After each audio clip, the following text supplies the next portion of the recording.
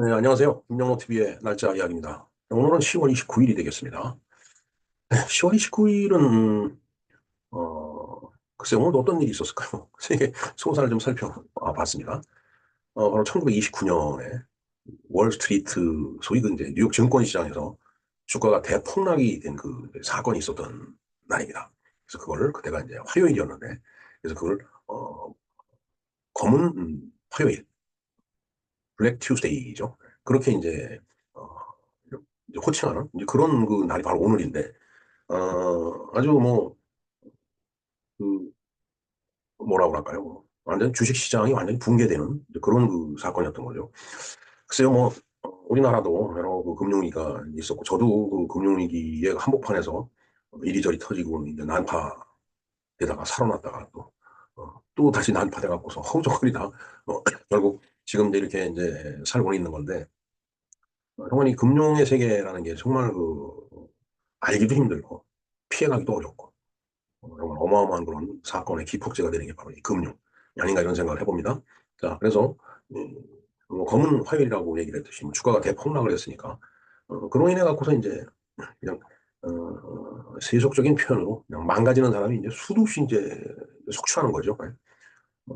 우리에게 있어서도 그 IMF 고양위기라든가 리먼 사태 이런 것들이 바로 이제 그런 내용들이 되겠습니다. 물론 주가 대폭락하고 직접적인 관련이 없을 수는 있겠지만 어쨌든 모든 일이 다 이제 이 돈, 금융과 관련된 그런 사건들이죠.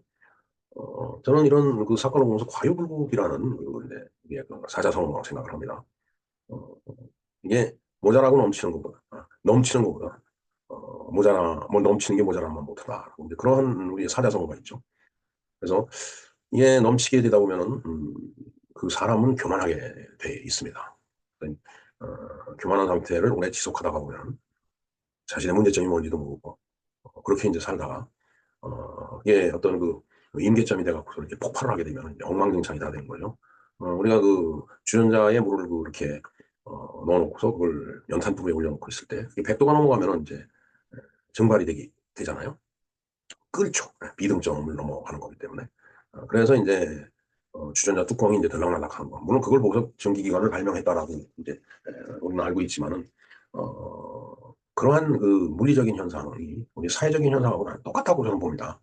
그래서 그렇게 끓고 있는 걸 모르고 있다가 어, 그 압력이 세져 갖고서 이제 뚜껑이 날아가고 하는 그런 상황을 인간들이 이제 경험을 하게 되죠. 이게 참 옛말이 틀린 게 없어요. 정말 어리석은 게 인간이라고.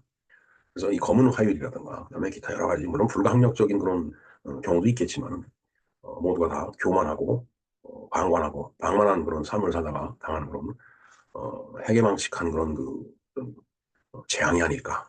그러니까 돈에 관련된 재앙이 아닐까 이런 생각을 해봅니다. 자, 그런 의미에서 1929년에 있었던 검은 화요일에 대해서 뭐 경제학자가 아니기 때문에 상세한 내용을 제가 설명드릴 수는 없지만 그때 당시에 있었던 이 주가 대폭락이 이런 거였구나 그런 정도는 우리가 한번 공부할 필요가 있지 않을까 해서 방송을 만들어 봤습니다. 그러면은 주가 대폭락 1929년 10월 29일로 한번 우리가 돌아가 보겠습니다. 네, 그럼 검은 화요일에 대해서 한번 내용을 알아보겠습니다. 자, 일단 개요를 한번 볼까요? 검은 화요일이 무엇인지. 뭐 결국은 이것이 미국의 그 1930년대 경제 대공황으로 이제 연결되는 사건인데, 1번부터 보겠습니다. 1929년 월스트리트 대폭락은 월스트리트 크래시라고 표현했네요. 크래시. 그냥 뭐, 들이받으면 그냥 받아갖고 다 깨지는 걸, 그게 이제 크래시죠. 네. 월스트리트 크래시. 완전히 다 망가졌던 얘기로 보입니다. 이 대폭락은 1929년 뉴욕의 증권시장에서 일어난 일련의 주가 대폭락이었다. 네. 엄청난 사건이죠. 뭐. 1929년이면 지금 또 얼추 100년 전인데, 미국은 100년 전에 이제 저런 어마어마한 경제 대공황을 이제 겪었다는 얘기입니다. 그만큼 경제 규모가 크고, 뭔가 과잉 생산되고, 어, 소위 뭐, 어떤 인간이 만들어낸 제도라든가 어떤 이성이라고 할까 그런 것들을 컨트롤하기 힘든 그런 상황이 돼버린 거라고 저는 보여집니다. 그게 1929년 10월 24일, 이날이 검은 목요일인데, 이게 검은 화요일이지만 검은 목요일부터 이제 시작이 된 거죠. 예. 그래서 1929년 10월 29일 화요일, 바로 오늘 검은 화요일까지 있었던 지속적인 주식시장 붕괴를 갖다 이제 말하는 거다. 즉, 주가가 대폭락을 했다라고 돼 있는데, 그만큼 주식시장이, 저 닷새 동안 그냥 이제 망가졌다라는 그런 얘기죠. 크래시, 그야말로 크래시, 콜랩스, 그치. 뭐, 그거나 하여튼 다 망가진 거죠. 그러면. 미국의 역사상 가장 큰 주식 대폭락으로 그 영향과 기간이 가장 컸던 사건이었다. 예, 그만큼, 미국 국민 전체에 끼치는 영향이 컸었다라는 얘기가 되겠습니다. 음, 4번 보겠습니다. 9월 20일 있었던 런던 증권 거래소 대폭락 이후 월스트리트 대폭락까지 이어지면서 12년 동안 서구권 전체에 엄청난 대공황이 시작이 되었다. 자, 저게 이제 그 1930년대 경제 대공황을 갖다 이제 이야기를 하는 겁니다. 배경을 한번 볼까요? 예, 일단은 어, 뭐, 그 다우존스 지수가 있죠. 네? 그 다우존스 산업 평균 지수, 뭐 공업 지수 이렇게 표현을 그 이제 하던데 이게 아마 인더스트리얼이라는 그 표현이 들어가서 이제 뭐 나름대로 그렇게 해석을 하는 것 같습니다. 그러나 다우존스라는 건 이제 공통적인 그 용어니까 다우존스 지수라고 보면 되겠죠. 1928년부터 1930년 사이에 다우존스 평균 산업 어, 다우존스 산업 평균 지수 그래프가 보면 어, 계속 이제 이게 상승세를 탔죠. 그렇게 쭉 전반적으로. 이게 1929년 1월이 여기니까 28년 4분기부터 이렇게 표현이 된 거네요. 계속 뭐 오르락내리락 오르락내리락 하지만은 뭐 인간사가 다 오르락내리락 합니다. 어느 한순간에서 보면은 이렇게 떨어지는 순간에서 보면은 뭐 스스로가 망가지는 것 같지만은 전체적인 흐름을 보면은 이제 뭔가 융성해가는 이제 그런 그 이제 기간이라고 이제 볼 수 있겠죠. 이렇게 쭉 보면 계속 올라가죠. 예, 여기가 지금 뭐 숫자가 안 나와 있지만 한 380 정도 되나? 근데 이것이 이제 9월 말이 들어갔고 이게 갑자기 이제 폭락하기 시작하는 거예요. 그러니까 이게 어마어마한 그 대폭락이죠, 사실은. 뭐, 400 가까이 됐던 것이 200 가까이 뚝 떨어져 버렸으니까. 이제 그러면서 이제 그 대공황이, 이 대폭락이 지나간 다음에 또 이제 이렇게 이제 상승을 하고 또 이제 떨어지고, 뭐 지금은 아마 이게 뭐 2위쯤 올라와 있지 않을까요? 저 수치가. 예. 자, 배경을 한번 볼까요? 일단 뭐 그래프로 봤을 때는 그 며칠 사이에 주가가 그냥 거의 반토막이 날 정도로 이제 떨어졌다라는 그런 얘기가 되겠습니다. 11번 볼까요? 제1차 세계대전. 1차 세계대전이 1914년에 시작해서 18년까지 이제 5년, 횟수로 5년간 이제 그 전쟁을 치렀는데, 물론 1차 세계대전의 발발에 대해서도 제가 언젠가 한번 방송을 해 드린 적이 있습니다. 하여튼 제1차 세계대전이 이제 끝나고 나서, 미국 경제가 이제 그 광란의 20년대로 이제 들어가게 됩니다. 오죽하면 광란이라고 표현했을 까요 진짜 부의 전성 시대죠. 부가 넘쳐나는 시대. 돈이 넘쳐서 흘러가고 주체할 수 없는 그래서 옛날에 그 이제 취업을 하니까 돈을 가만히로 끌어모았다고 하는 말이 쓰더라고. 요즘은 뭐, 지푸 엮은 가만히 이런 건 안 쓰지만, 그때 당시는 이제 가만히가 대부분 지푸 엮은 가만이었죠. 그 가만히에 이제 쌀이 들어가는데, 그 쌀 대신에 거기에 그 현금이 그냥 꽉 들어찰 정도로 그냥 그걸 돈을 끌어모았다. 돈을 벌었다. 그런 그 말이 많이 있었습니다. 그때 당시에. 자, 광란의 20년대라고 했는데, 이게 1차 세계대전이 끝나고서 이제 한 10년 동안 20년대죠. 1920년대 이제 미국 경제가 이제 난리가 났었던 겁니다. 어, 뭐 그때 당시 상황이라는 게 이제 그렇죠. 1차 세계대전이 이제 끝나고 나서 어, 이게 아인슈타인의 그 상대성 이론이 이제 이 당시에 그 이제 발표가 됐죠. 완전히 고전 물리학을 이제 뒤집어 엎는 건 아니죠. 뭐 사실 기존에 알고 있었던 물리학의 법칙을 그냥 뒤 흔들어 놓는 그런 상대성 이론이 발표가 되고 더군다나 이제 프로이드 같은 학자가 나와갖고 이제 정신분석, 심리 이런 거. 그러니까 이게 전쟁이 끝나고 난 그 이후에 그 얼마나 그 젊은이들 가슴 속에 그 참혹했던 그이 참호전 이런 걸 겪었던 젊은이들의 그 마음의 상처가 컸겠어요. 근데 이런 것들은 이제 또 치유를 했고 그다음에 이제 이때 마르크스 공산주의 이론이 이제 이때 그 이제 나오죠. 예. 그러니까 이제 세상이 이제 광란의 시대에 이제 이런 그 이론들까지 막 합세를 하면서 이제 세상은 뭐 이거 뭐 변화무쌍한 거죠. 물론 요즘 세상하고 비교해 보면 또 아무것도 아닌지도 모르겠습니다. 그건. 지금은 뭐 상전벽해라는 말이 그냥 무색할 정도로 하루하루 세상이 바뀌어가는 그런 시대인데 정말 뭘 하나 시켜 먹으려도 기계 앞에 가서 뭐 떠듬떠듬거리는 이런 그 모습을 보면 참 어떤 때는 좀 부끄러울 때가 있습니다. 정말. 그 정도로 세상이 바뀌어가고 있는 거죠. 뭐 우리 시대만 해도 그렇죠. 정말 그 다 쓰러져가는 초가집에서 살던 사람들이 지금 서울같이 이런 그 대규모 메트로폴리탄 시티를 만들어 놓고 살고 있으니까 네, 뭐 얘기는 각설하고. 네. 저는 낙관주의를 바탕으로 농촌 시골 지역의 미국인들은 도시로 이사가며 공업 부분의 급속한 팽창과 함께 풍요로운 삶을 살고자 했다.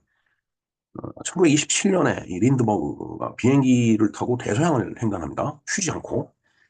이러면서 이제 항공산업이 이제 이때부터 이제 미국도 커진 거예요. 그것뿐이겠어요. 뭐 항공산업이 커지면 그 밑에 있는 모든 사람이 다 그냥 어? 대폭적으로 확장되던 그런 시기였기 때문에 얼마나 많은 공장들이 들어섰겠어요. 더군다나 그 전쟁을 하면서 전쟁 물자를 만들어냈던 공장에다가 그러니까 이제 이게 공업 부분이 급속한 팽창을 할 수뿐이 없고 그러다 보니까 많은 물품을 생산을 해내다가 보니까 풍요로운 삶을 살게 됐죠. 그리고 또 다 풍요로운 삶을 살길 원하잖아요, 사람들이. 그렇게 미국 도시들이 이제 번영하는 동안 그, 또 미국 농촌에서는 농산물 과잉 생산이 또 이제 있었다고 합니다. 그러니까 이제 과잉 생산을 했다는 얘기는 재고가 많아진다는 얘기잖아요. 그러니까 재고가 많다는 얘기 돈이 안 돈다는 얘기입니다. 그러니까 미국 농촌에서도 또 광범위한 재정적 위기를 겪고 있었다. 그러니까 모든 게 확장되면서 속 내부는 어, 곪고 썩어 문드러져가는 그런 부분이 이제 생겨난 거죠. 세상 사람 다 그런 것 같습니다. 지금 우리나라가 뭐 잘 나가는 거 이렇게 보이죠? 사실 실제로 잘 나가고 있고. 그러나 그 이면에는 또 어딘지 모르지만 골마 터지고 있는 데가 있을 거다라는 얘기죠. 뭐 일본도 그렇잖아요. 한참 잘 나갈 때 그 버블 경제라고 그러잖아요. 그 플라자 합의를 하면서부터 망가지기 시작한 일본 경제가 잃어버린 10년, 20년, 30년 이렇게 얘기하면서 오늘날과 같은 상태가 되고 일본의 대표적인 기업이었던 소니가 삼성한테 흡수되는 이런 지경까지 지금 와 있거든요. 자, 어찌됐든 그래서 미국 사회는 그렇게 공업하고 농업이 또 극심한 차이가 이제 있었던 거예요. 공업은 엄청나게 팽창을 했는데 농업은 과잉 생산으로 재정적 위기를 겪다 보니까 이건 뭐 또 어마어마한 격차가 이제 있었던 거죠. 그래서 1929년에 월스트리트 붕괴의 원인 중에 하나로도 지목이 된다고 합니다.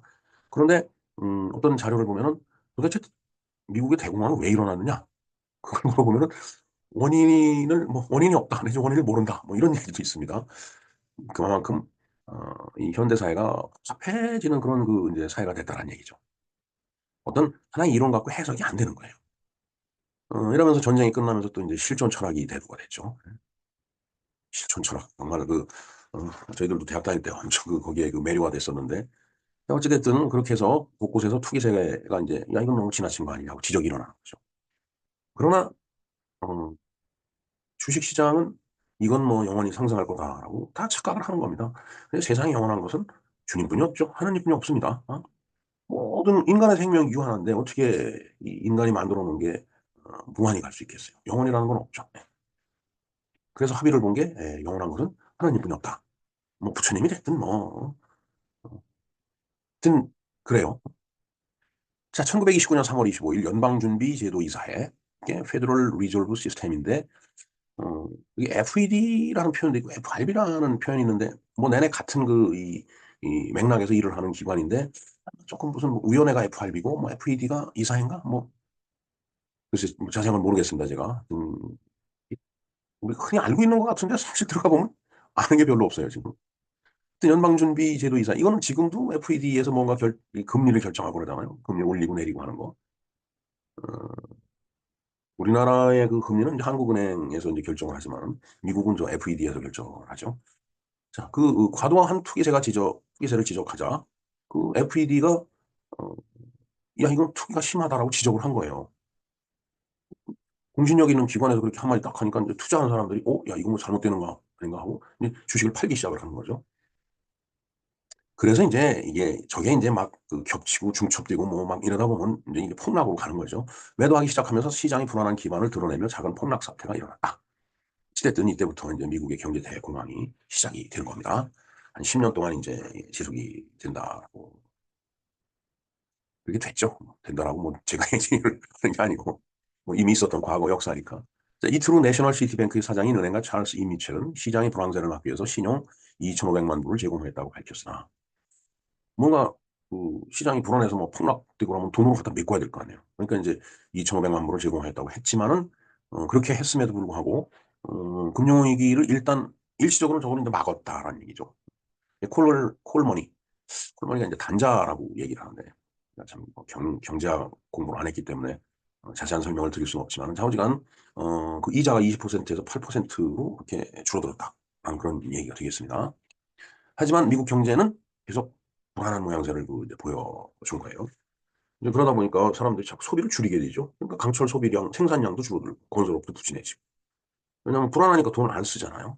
이건 뭐 경제 원칙은 다 똑같다고 봅니다. 어느 나라나 어느 시대나 어느 민족이든 어느 사회든 어, 더군다나 광란의 그 20년대를 보냈기 때문에 모든 것이 그 풍족한 상태에서 이거 더 만들다 보면 재고 쌓이는데 또 사람들은 불안해서 돈을 안 쓰는데 하다 보면 이제 생산량이 줄어들게 돼 있는 거죠.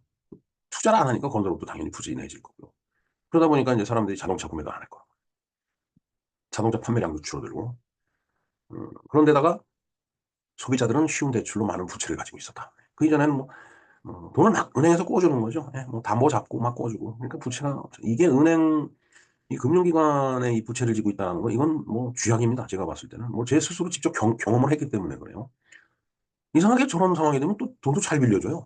신용대출로 얼마, 담보대출로 얼마, 돈 10억씩 빌려놓고서 그때부터 경기가 꼬꾸라지고 망가지기 시작하는데 정말 울고 싶었던 시절이 하루 이틀이 아니었습니다. 사실은 이게 뭐 제가 겪은 거나 이 상황이나 동일한 걸 보여줍니다. 지금 1929년 3월에서 5월 사이에 일어난 경제 불황신호와 소규모 시장 침체에도 불구하고 6월부터는 다시 주식시장이 상승세를 기록하며 1929년 6월에서 9월 초 사이에 다우존스 지수가 20% 가까이 급등하는 등 떨어지지 않고 상승세를 이어갔다. 네, 그래서 이제 1929년 9월 3일 다우존스 산업평균지수는 당시 신기록이었던 381.17포인트를 기록하며 9년 만에 대략 10배 정도가 상승을 하였다. 아까 이걸 보셨죠? 이게 380 얼마쯤 되는 거죠. 아까 그 정도라고 말씀을 드렸는데 이제 이게 불안한 조짐을 보이다가도 뭐 돈을 막 자금을 투입하고 뭐 이러다 보니까 이제 그게 안정한 듯 그렇게 보이는지 모르지만은 내부적으로 그 골문 것이 터진다 하면은 이제 그때부터 걷잡을 수가 없는데 그 사태가 바로 일어난 거예요. 대폭락이 바로 이제 그것이 이제 20번 이 상황이죠.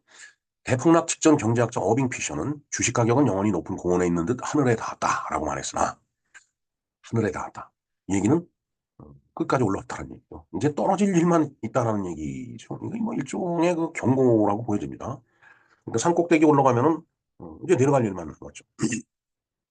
자, 그러니까 그렇게 말했으나 이러한 주식 호황세와 재정 증가세에 대한 낙관은 9월 5일 금융 전문가 로저 뱁슨이 발표한 대폭락이 다가오고 있다는 논설로 큰 충격을 받았다는 얘기죠. 이게 뭐 어찌됐든 꼭대기까지 다 올라왔다는 그 얘기가 되겠습니다.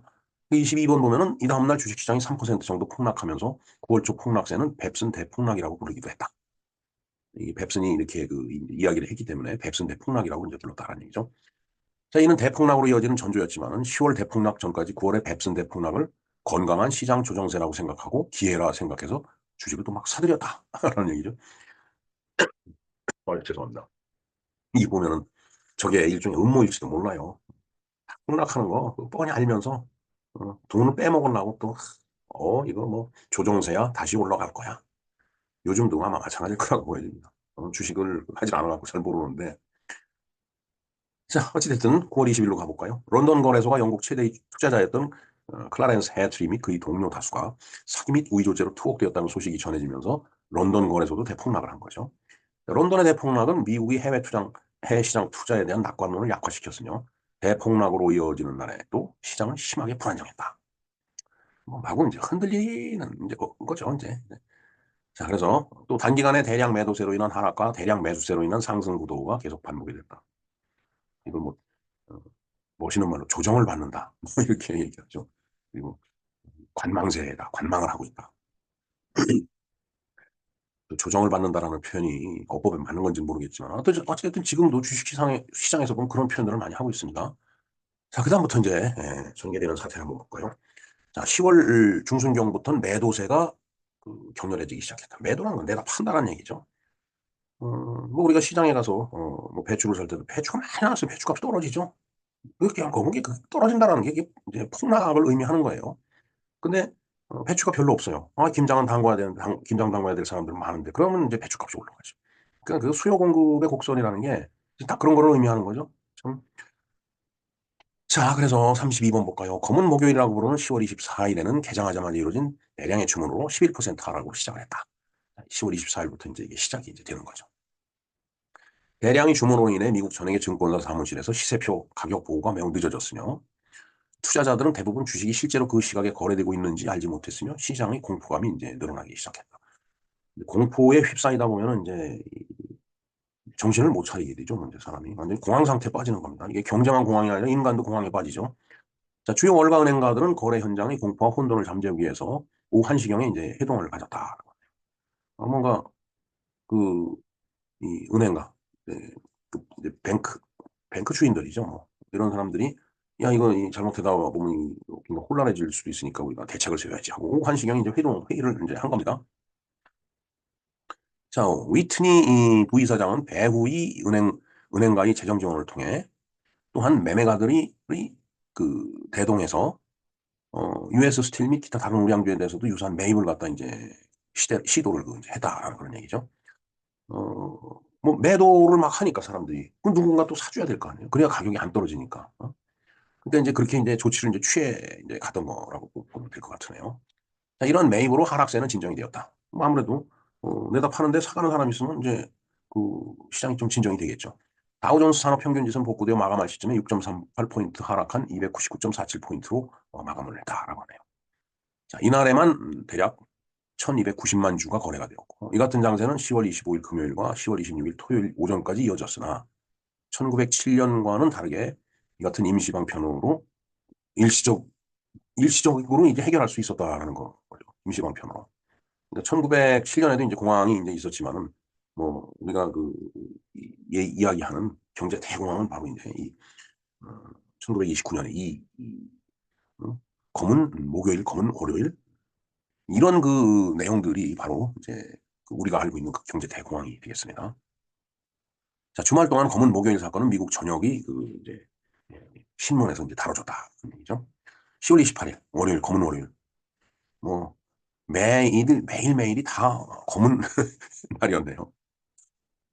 투자자들은 시장을 뜨기를 결정했다. 야, 이거 여기서 있다 보면 안 된다. 이거 빨리 팔고 도망가야지. 이제 이런 생각을 이제 한 거죠. 떨어지니까 불안하고 조짐이 이상하게 느껴졌겠죠. 뭐. 그리고 저런 데서 일하는 사람들은 딱 보면 알겠죠. 우리 같은 사람들은 봐도 떨어지는 건지 올라가는 건지 모르지만은 거기서 평생 밥을 먹고서 이 수치를 움직이는 걸 보는 사람들은 그건 이제 아는 거죠. 떨어 이걸 샀다 팔았다 저걸 샀다 팔았다. 뭐 이제 우리 뭐 TV 뉴스에서도 보면은 스탁 엑스체인지 증권 거래소 자꾸 이게 주잖아요. 뭐 모니터만 쳐다보고 있잖아요. 옛날엔 모니터가 없었겠지만은.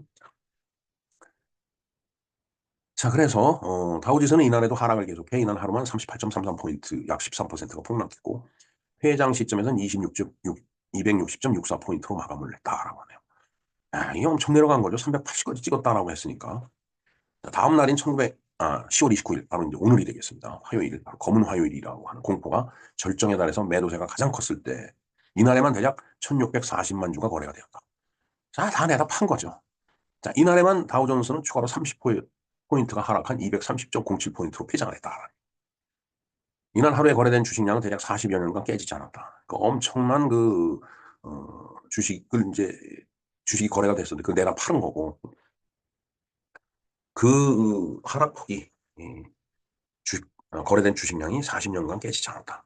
40년간이면 이게 29년이니까 69년, 거의 70년대 올 때까지 깨지지 않을 정도로. 그러니까 어마어마한 그 충격을 이제 시장에 준 거죠. 시장에 충격을 받았다는 얘기는 투자자가 이제 충격을 받은 거고. 투자자도 뭐 우리 기관 투자가 개미 투자가 이렇게 얘기하듯이 정말 뭐 영끌이라는 말도 있듯이 여기저기서 다 끌어모아갖고 투자를 했는데 폭락을 하면은 정말 미치고 환장하는 거죠. 그러니까 목숨을 끊고 하는 일이 일어나는 겁니다. 도저히 복구할 길이 없다라는 얘기죠. 더군다나 젊은 시절은 야, 내가 그래도 뛰어다니면 복구할 수 있다는 자신감이라도 있지만 나이 들은 사람들은 자신감이 없어요. 저도 뭐 경험하는 겁니다. 자신감이 없어요. 할 수가 없습니다. 네. 자, 시장은 이틀 동안 시가총액이 300억 달러가 증발했으며 10월 29일 하루에만 140억 달러가 증발. 저렇게 돈이 증발하는데 저 돈이 다 진짜 어디서 가는 건지 모르겠습니다. 진짜. 이 참 증발이라는 게 이상하잖아요. 증발. 그냥 눈에 보이지 않게 다 날아갔다는 얘기인데 음, 아직 저 주식 공부를 좀 더 해야 될 거라고 보여집니다. 진짜. 주식을 잘하는 친구가 주변에 있는데 한번 제가 좀 공모를 좀 하겠습니다. 자, 1929년부터 1932년까지 주요 주가 대폭락 당시 다우존스 산업평균지수 변화를 한번 볼까요? 자, 29년부터 32년 7월 7일까지네요. 자, 이 뭐 변화가 뭐 이게 뭐 단단위로 이렇게 떨어지는 거는 뭐 흔히 있을 수 있는 일이겠지만 이게 뭐 어마어마하게 떨어졌잖아요. 38.34. 그다음에 30.57. 이 바로 10월 28일, 29일 이때 엄청나게 떨어진 거죠. 그래서 폐장 가격이 380.17인가 하던 게 230.07까지 떨어진 거죠. 그리고 나서 이제 그 위에 올라갔는데, 하여튼 이때가 최저로 이 떨어졌기 때문에 이걸 검은 화요일이라고 지칭을 해서 10월 28일에 그 이 화요일보다 더 저점이기 때문에 바로 10월 29일 검은 화요일을 갖다 더 이렇게 두드러지게 강조하는 것 아닌가 이렇게 봅니다. 1933년 3월 15일부터 다우존스 지수는 1929년 이후 3년간 폭락했던 지수를 천천히 회복하기 시작을 했다. 얘기가 되겠습니다. 33년 3월 15일. 요 이후부터네요. 요 이후부터 이제 이게 좀 그 폭락했던 것이 이제 회복이 되기 시작했다라는 그런 얘기고 1929년 9월 3일 달성했던 다우존스 최고점은 1954년 11월 23일이 되어서야 다시 돌파를 했다. 그러니까 뭐 한 25년 동안 회복을 못했던 거네요. 그 최고치를 갖다가 저 때가 돼서야 이제 최고치를 갱신한 거죠. 저렇게 주식 시장이 이제 대폭락을 이제 하고 나니까 뭐 아까도 잠깐 얘기했지만은 뭐 주식으로 인해 갖고서 뭐 어마어마한 돈이 증발하고 나니까 거기에 연끌해서 투자했던 사람들은 손해를 보고 완전 빈털터리가 되는 거죠. 그래서 이제 뭐 자살하는 사람도 나오고 뭐 이제 파산이 되니까 그야말로 이제 신용불량자가 되는 거죠. 요즘 말로 얘기하면. 자, 그 여파를 한번 보겠습니다. 1932년 미국 상원에서는 1929년의 대폭락 원인을 분석하기 위해서 페코라 위원회를 설립을 이제 했다. 글쎄요, 아까 뭐 원인을 모르겠다. 좀 페코라 위원회에서 그 정리한 건지 모르겠습니다. 거기까지는 들여다보지 못했네요. 1933년은 미국 의회가 예금을 받고 융자를 해주는 상업은행과 증권, 채권, 기타 유가증권을 인수, 발행, 배포하는 투자은행을 분리시키는 은행법을 통과를 시켰다. 이 여파로 인해서 이제 주어지는 게 이게 바로 이제 뉴딜 정책이죠. 말하자면. 각종 법안이 이렇게 만들어지는 겁니다. 이것이 이제 그 루즈벨트 대통령이 이제 취임을 하고서 추진했던 뉴딜 정책이 이제 되겠습니다. 1929년 대폭락을 경험한 이후 전 세계 주식시장은 급격한 폭락이 일어나는 경우 거래를 중지하는 조치를 제정하였으며 이 조치가 공포 매수를 막을 것이라고 생각을 한다. 자, 서킷 브레이커라고 하죠. 우리나라 증권 시장에도 이제 그 제도가 있는 걸로 제가 알고 있습니다. 뭐 너무 그냥 거래가 여기 주가가 떨어진다 그러면 거래를 중지하는 거예요. 더 이상 진행을 안 하는 거죠. 그럼 더 떨어지는 걸 방지를 이제 할 수 있으니까 서킷 브레이커. 이건 전기전자 쪽에서 쓰는 그 이제 용어인데 그게 주식 시장에서도 이렇게 쓰이는 것 같습니다. 브레이커. 딱 끊는 겁니다. 더 이상 거래 중지하고. 자, 하지만 1987년 10월 19일 일어난 검은 월요일 때는 다우존스 지수가 하루 만에 무려 22.6% 폭락하는 등 1929년 10월 28일, 29일 양일이 있었던 폭락을 합친 숫자보다 더 폭락하는 일이 발생이 됐다. 87년이면은 이제 어, 음, 우리나라에서는 이제 뭐 민주화 조금 이제 이럴 때였네요. 음, 자, 또한 2020년 주가 대폭락 당시 일어난 2020년 3월 16일에 2차 검은 월요일엔 12.93% 하락을 기록하며 1929년 검은 화요일 당시의 폭락을 갖다 이제 경신했다. 2020년이면 뭐 이제 한 4년 전인데 이때도 이제 그 주가가 이제 이렇게 대폭적으로 폭락을 하는 그런 사건이 이제 있었죠. 그런데 이제 이게 1920년대에는 정말 그야말로 농촌에서 농사 짓던 사람들이 도시로 나와갖고 어마어마한 그, 이제 그 산업 뭐 공장이 늘어나고 이게 발전하다 보니까 뭐 엄청나게 취업을 많이 해 있었던 거죠. 그때 당시. 근데 이렇게, 대공황이 일어나고 나니까 이제 전부 이제 정리해고를 하게 되죠. 참 이제 실업이 발생이 되는 겁니다. 그런데 사실은 그 이전까지는 그런 실업 사태라는 걸 경험을 못 해봤어요. 인류가. 이게 대공황이 일어나고 나니까 길거리로 실업자가 쏟아져 나오는데 몇만 명씩 쏟아져 나오는 거죠. 그러니까 이게 지금까지는 볼 수 없었던 그런 그 언임플로이먼트, 실업 사태가 발생이 되니까 이제 정책 당국자들도 이제 굉장히 당황을 했을 겁니다. 제가 봤을 때는. 제가 봐서가 아니고, 이제 그러다 보니까, 그것을 이제 해결하기 위해서 이제 우리가 이제 뉴딜 정책에서 후보댐을 이제 통상 그 루즈벨트 대통령이 이제 뉴딜 정책으로 후보댐을 그 이제 건설했다. 그래서 그 노동력을 그 흡수해갖고 토목공사에 투입했다. 이제 이렇게 알고 있는데 뭐 그거는 사실 그 전 대통령인 후보 대통령 때 이미 계획이 만들어져 있었던 거라고 이제 그러더라고요. 근데 그게 이제 잘 맞아떨어져 갖고 엄청난 그 실업자가 발생이 됐을 때 그때는 이제 루즈벨트 대통령 때니까 그 후보댐을 건설하면서 그 수만 명의 그 이제 이 실업자들을 토목공사에 투입함으로 인해 갖고서 실업자들의 어떤 경제적인 그 삶을 보장을 하는 그러면서 이제 토목공사는 토목공사대로 이제 완성할 수 있었고 그래서 아주 그 굉장히 그 대표적인 정책 사례를 우리가 그 교과서에서 배우죠 사실은. 어, 그러나 이제 우리가 알고 있듯이 이 루즈벨트 대통령이 이 후보댐을 건설하면서 그 실업자들을 그 노동자들을 투입을 해서 그 경제광을 그 해결했다. 뭐 이런 개념보다는 기존에 이미 서 있던 계획을 이렇게 추진함으로 인해서 그 문제를 해결했다. 이렇게 그 이해를 하는 게 더 정확할 것 같습니다. 자, 원인과 분석을 한번 볼까요? 도대체 왜 이런 일이 발생이 됐는지. 1929년 월가 대폭락은 1920년대 후반에 일어났던 투기적 호황세 직후에 발생. 이게 뭐 호황이라는 게 이 리세션이라는 게 항상 뒤따라옵니다. 그 흥망성쇠라는 말이 있고 그다음에 우리가 삼각함수를 보면은 사인과 코사인 함수는 올라갔다 내려갔다 하죠. 세상 만사는 그런 거라고. 영원히 올라가는 건 없습니다. 올라가면 내려오고 내려가다 보면 또 올라가고 오르락 내리락 하는 게 인생사고 오르락 내리락 하는 게 합쳐져 갖고 또 전체적으로 올라가고 또 그것도 또 내려가고 영원히 올라가는 것은 주님뿐이 없다. 이걸 생각하지 않을 수가 없죠. 자, 1920년대 후반에는 철강 생산, 건물 건설, 소매 매출, 자동차 판매, 철도 운송량 등 매 기록을 경신하면서 최대를 돌파했다. 536개 제조업 기업 및 무역회사는 1929년 상반기 순이익이 1928년과 비교해서 36.6%나 증가했다. 엄청난 거죠. 뭐. 1년 새에 36.3%가 순이익이 증가. 그야말로 가만히에 돈을 갖다 이제 가만히로 끌어모을 정도로 담아서 철강 생산량은 2배로 증가했다. 이런 기록적인 수치는 수십만 명의 미국인이 주식시장에 투자하는 주식 호황세로 이어졌다. 이들 중 상당수가 더 많은 주식을 사기 위해 대출을 끼고 신용매매를 했다. 이게 사람 죽이는 겁니다. 저도 저 함정에 빠져갖고서 헤어나오는데 엄청난 고통을 당했죠. 1929년 8월까지는 주식 브로커들은 구입하는 주식 액면가의 3분의 2 이상을 소액 투자자들에게 대출을 해줘. 아까 말씀드렸죠. 은행이 돈을 더 잘 꿔주더라고. 저 돈을 갖고 이제 하다가 이제 망가지면 진짜 시세말로 막 조지는 겁니다. 인생 조지는 거예요. 그야말로. 당시 85억 달러가 넘는 금액이 대출이었는데 이는 당시 미국 내에서 유통되던 통화량 전체보다 더 많았다. 예. 저는 이 은행에서 일하는 사람들을 정말 무섭습니다, 진짜. 어, 뭐 담보가 있으면 잘 꿔주죠. 그런데 사업 실적이 조금 나빠지고 그다음에 부동산이 급격하게 하락하면 뭐 바로 또 투자 회수 들어옵니다.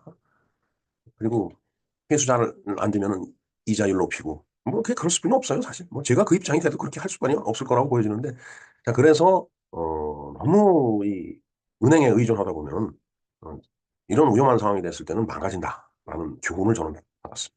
앞쪽이면은 돈을 들고 해야 되는데 돈을 꾸지 않으면 또 돈이 없잖아요. 돈을 쌓아놓고 있는 것도 아니고. 그러다 보니까 분식 회계를 하게 되죠. 아마 그룹 다 마찬가지일 거라고 보여지는데 왜냐하면 그게 없으면 또 은행이 돈을 안 꿔주든지 내지는 뭐 이율을 높이거든요. 그러니까 참 정말 제 머리로는 따라가지 못하는 그런 상황이었다라고 보면 되겠네요. 자, 주식 상승이 이어지면서 투자자들은 주식이 보다 더 오를 것이라고 기대하고 사람들이 몰리게 되었죠. 이게 이제 정말 그야말로 광란의 시대, 미치고 환장하는 시대, 광란을 넘어서 환장하는 시대가 된 겁니다. 자, 이러한 생각과 추정이 가면서 갈수록 심해지면서 거품 경제를 만들어요. 아까 일본 얘기죠. 뭐 버블 경제 얘기를 했었지만 뭐 그렇게 되는 거예요. 세상 만사 다 똑같아요. 어느 나라 다 마찬가지입니다. 우리나라도 똑같은 거라고 보여집니다. 엄청난 거품이 껴있을 거라고 보여져요. 자, S&P. 이게 스탠다드 앤 푸어스죠. 종합지수의 주가 수익률이 PE, 주가 수익률은 1929년 9월 기준 32.6으로 그 당시 역사상 어떤 때보다 더 높았다. 그러니까 프라이스 어닝 레이쇼니까 뭐 이게 투자한 것보다 엄청나게 돈을 버는 거예요. 그런 때가 있겠죠. 한순간. 그때 그 순간을 잡은 사람은 그냥 떼돈을 버는 거고 그걸 못 잡고 그 버스 떠난 다음에 이제 타려고 쫓아가던 사람은 엎어지는 겁니다. 자, 또한 1929년 작황 대호황도 영향을 미쳤다. 그러니까 아까 농업 생산물이 엄청 많았었다는 거. 이건 뭐 미국뿐만 아니라 1929년 8월이 되면 프랑스와 이탈리아에서 밀 대호황과 호주의 밀 생산량이 엄청나게 늘어나서 세계 밀 가격이 폭락을 하는 거죠. 그러면은 어, 밀 가격이 폭락하는데 이 농사 짓던 사람들을 포함해 갖고서 뭐 잔뜩 이 뭐 돈을 꿔갖고 뭐 이랬던 사람들이 이제 이때부터 이제 망가지는 거예요. 밀 가격이 폭락하니까 주식이 떨어질 거 아니에요. 응? 자, 그래서 뭐 이때 밀값 안정을 해서 1억 달러를 농민 보금을 미 의회가 편성을 했다라고 해요. 그 원발의 오줌 누기라는 그 이제 표현이 있는데 뭐 그런 조치에 불과하지 않을까 하는 생각을 합니다.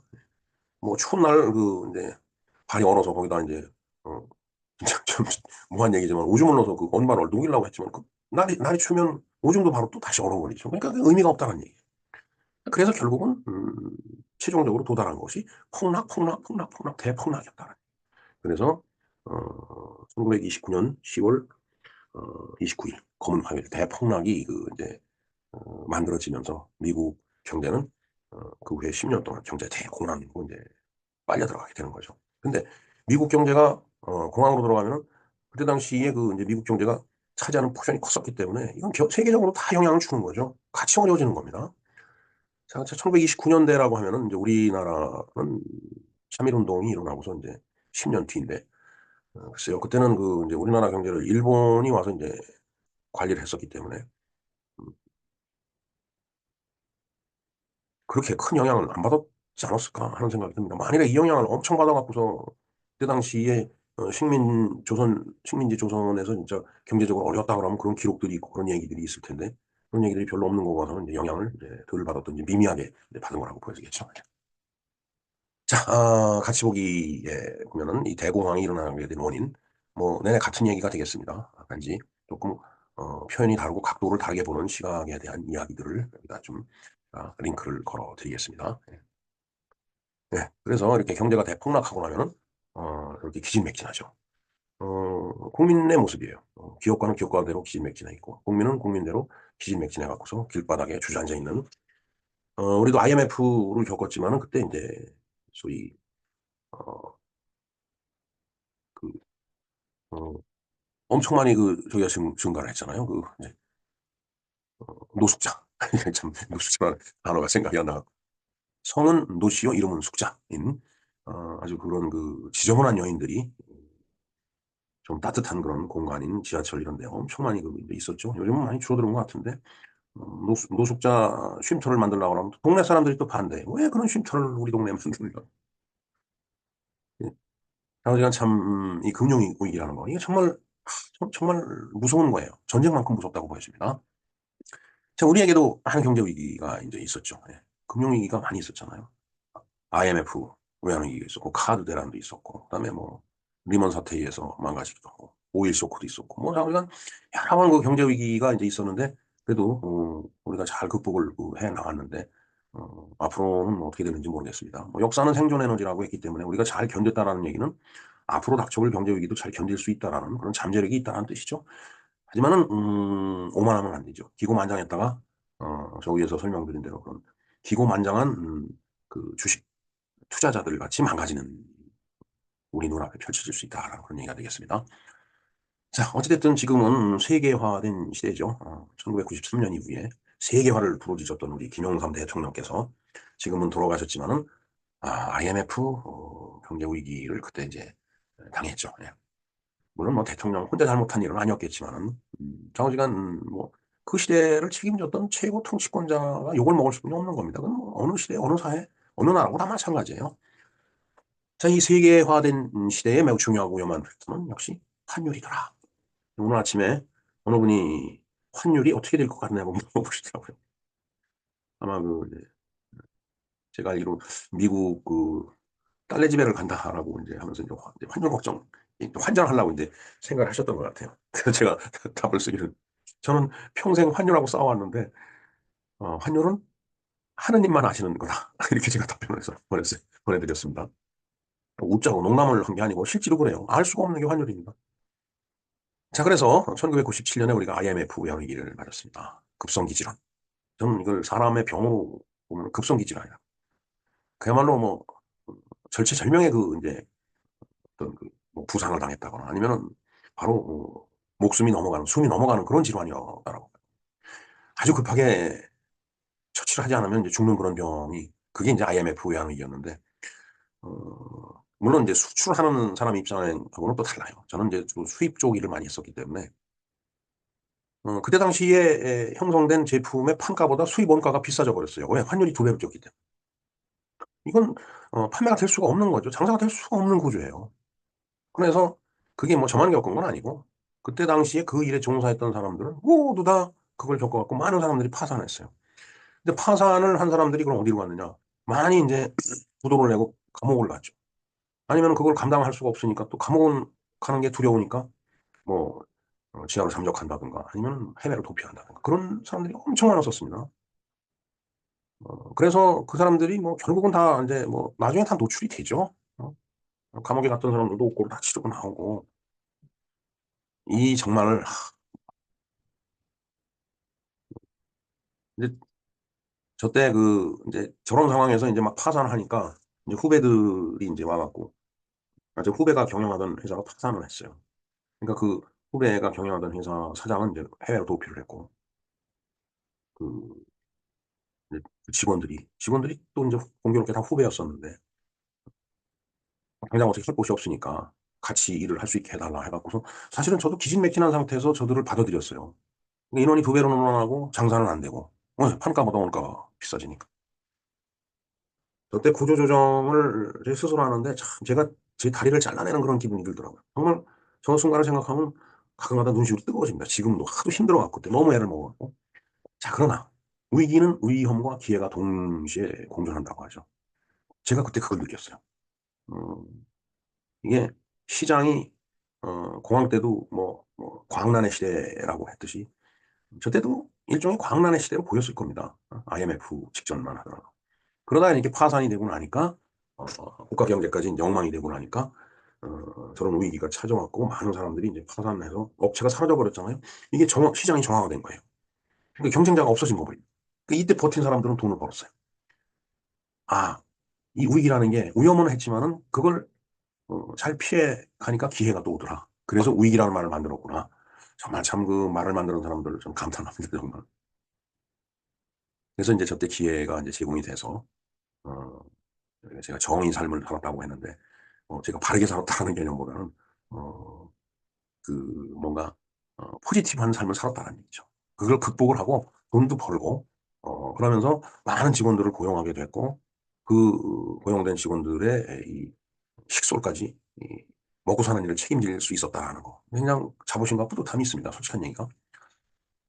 아, 그러나 그 밑바탕에는 정말 눈시울이 뜨거울 정도로 어려움이 있었다라는 그런 얘기를 같이 드려야 될 것 같습니다. 네. 그러면서 사실은 저도 어떻게 보면은 새로운 삶을 이제 살게 됐죠. 네. 공직에 진출하는 그런 기회를 얻어갖고서 이제 또 이제까지와는 색다른 이제 삶을 살았었죠. 네. 제가 이모티콘 우는 걸 올려놨는데 정말 이때 울고 싶었던 때가 많았습니다, 진짜. 목이 메요, 사실은 솔직히. 그때 고생했던 생각, 그때 고생했던 사람들의 얼굴을 생각하면. 자, 그리고 나서 이제 2003년에 카드 대란이 있었어요. 카드가 엄청나게 난발이 됐었습니다. 그리고 막 카드로 돌려막기를 했었죠. 개인적인 일탈이라고 볼 수는 있겠지만은 그 시대 분위기를 그렇게 끌고 갔던 정책 당국자들도 잘못이라고 봅니다. 그래서 그때 참 어려웠던 기억이 있어갖고 엄청나게 급여를 습감해가면서까지 거쳐냈던 그때는 정말 울고 싶은 게 아니라 화가 났었어요. 그리고 또 이제 맞이했던 당했던 2008년 리먼 사태입니다. 미국발 리먼 사태. 이거는 인간의 질병하고 비교해보면 만성기 질환이었어요. 이건 죽는 것도 아니고 사는 것도 아니고 자 벤틸레이터 인공호흡기입니다. 영어로 벤틸레이터라고 하는데 그걸 장착한 환자예요. 그냥 호흡기 꽂아놓고 목숨만 붙어 있는 겁니다. 그러면서 어, IMF 때같이 이렇게 파산해갖고 회사가 없어지는 게 아니고 회사가 점점 늘어나요. 숨만 쉬는 환자가 회사가 늘어나는 겁니다. 그러니까 이건 뭐 마진을 적정 마진 이런 거 생각할 거 없이 그냥 소위 원만 컴퍼니들이 그냥 수두룩하게 생겨나면서 오히려 경쟁은 더 심해지죠. 그러니까 이익이 없어져요. 가진 이익. 그냥 여기서 저기 가는 차비만 남아도 하는 그런 그러니까 삶이 여유가 없어지죠. 그래서 부의 삶을 이 부는 마이너스 네가티브라는 의미죠. 저 한자가 그런 부의 삶을 살았다라는 얘기죠. 정말 그렇게 살다 보니까 열불이 나갖고서 아주 음, 화병이 생기는 거죠. 자, 그래 깜깜한 밤보다 들판에서 만난 호랑이보다 더 무서운 존재가 저는 있습니다. 그게 바로 오늘 어떤 분이 물어보셨던 그 환율입니다. 환율. 저는 환율이 그렇게 무서울 수가 없어요. 네, 참, 뭐, 제 개인적인 경험이지만은, 정말, 어, 울고 싶었던 때도 많았고, 정말, 그러면서 이제 친구가 파산 소식이 들려오고, 그 친구가 아파트 옥상에서 뛰어내려서 목숨을 끊고 하는 그런 얘기를 듣고, 저도 옥상에 올라가 보고, 하늘을 내려다보면서, 내려다보니까, 아, 떨어지면 아플 것 같다는 생각이 들어서 못 내렸죠. 아, 지금은 웃고 얘기하지만은, 그때는 굉장히 심각했습니다. 자, 어찌됐든 지금은 모든 것들이 다, 이렇게 정리정돈이 이제 돼서, 마음은 편한데, 하여튼, 어, 과거를 생각하면 정말 편안하지가 않아요, 정말. 자, 오늘은 또 이제 지방자치의 날이고 세계 뇌졸중의 날입니다. 자, 지방자치. 이 지방자치 열심히 하시는 분들은 한테는 미안한 얘기지만 저는 지방자치에 몸을 담아도 봤었지만 저는 이 제도는 필요 없는 제도라고 봅니다. 어, 화를 내셔도 할 수 없습니다. 어, 상당히 중앙집권적인 그 성격이 강한 나라죠, 우리나라가. 미국이나 일본하고는 다릅니다, 우리나라가. 미국과 일본은 지방자치가 잘 돼요. 그럼 미국이나 일본은 역사적으로 그렇게 성장해온 나라입니다. 근데 이제 우리나라는 그렇지 않죠. 조선 왕조 500년 고려를 봐도 그렇고 완전히 중앙집권적인 그 나라에서 거꾸로 지방자치를 만들어버린 거예요. 저는 바람직하지 않다고 봅니다. 자, 그 다음에 뇌졸중에 걸리면 안 되죠. 날이 쌀쌀해졌는데. 스트로크라고 이제 영어로 얘기를 하는데, 이 뇌졸중이라는 게 결국은 뇌출혈, 뇌경색 다 이제 뇌졸중인데, 중풍이라고 얘기를 하죠. 다 신경이 마비돼 갖고서, 반신불수가 되는 게 대부분입니다. 정말, 추운 날씨 건강을 유의하시라는 말씀을 진심으로 드리고 싶습니다. 예. 이건 그 지난해 방송에 드렸던 건데, 제가 또 링크를 걸어드리겠습니다. 혹시 궁금하시면 뇌졸중에 대해서 참조를 좀 해주시기 바랍니다. 자, 이상 김영로 TV에서 바라본 오늘의 수사. 검은 화요일, 블랙 튜스데이, 1929년 10월 29일에 있었던 그 아주 시대의 역사적인 사건이었죠. 그리고 오늘 있었던 날짜 이야기. 예, 이 모든 것을 설명을 드리면서 오늘 방송을 여기서 정리하고자 합니다. 감사합니다.